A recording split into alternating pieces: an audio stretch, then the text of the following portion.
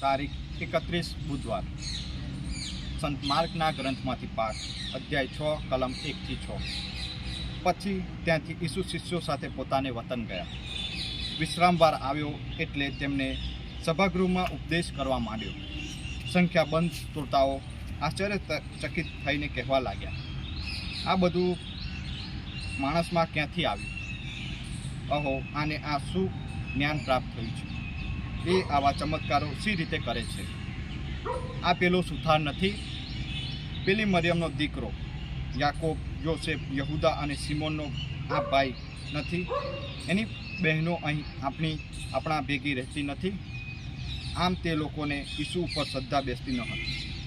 ઈસુએ તેમને કહ્યું, પૈગંબરને બધે જ સન્માન મળે છે, મળતું નથી માત્ર પોતાના વતનમાં, સગા વહાલામાં ને ઘરમાં।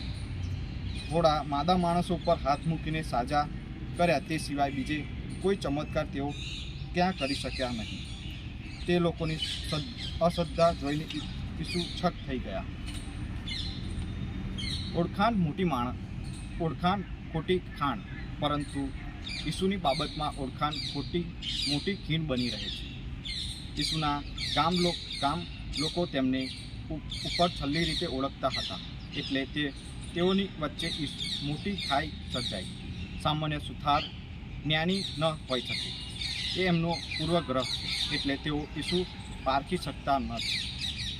ઈસુ ઈશ્વર પુત્ર છે એ જોઈ શકતા નથી। શું જોઈને આપણે અન્ય લોકો જોડે સંબંધ રાખીએ છીએ? શાના પરથી તેઓનું મૂલ્ય આંકીએ છીએ? બાહ્ય દેખાવ, પૈસા, સત્તા, ભાષા, સંસ્કૃતિ, જ્ઞાતિ, જાતિ, વ્યક્તિની કુટુંબિક ભૂમિકા, શક્તિ, આવડતો। આપણે બધા જ ઈશ્વરના સંતાનો છીએ। એ જ આપણું મૂલ્ય ને આપણી ખરી ઓળખ છે। બીજું બધું વધારાનું છે। આ પ્રભુની વાણી છે।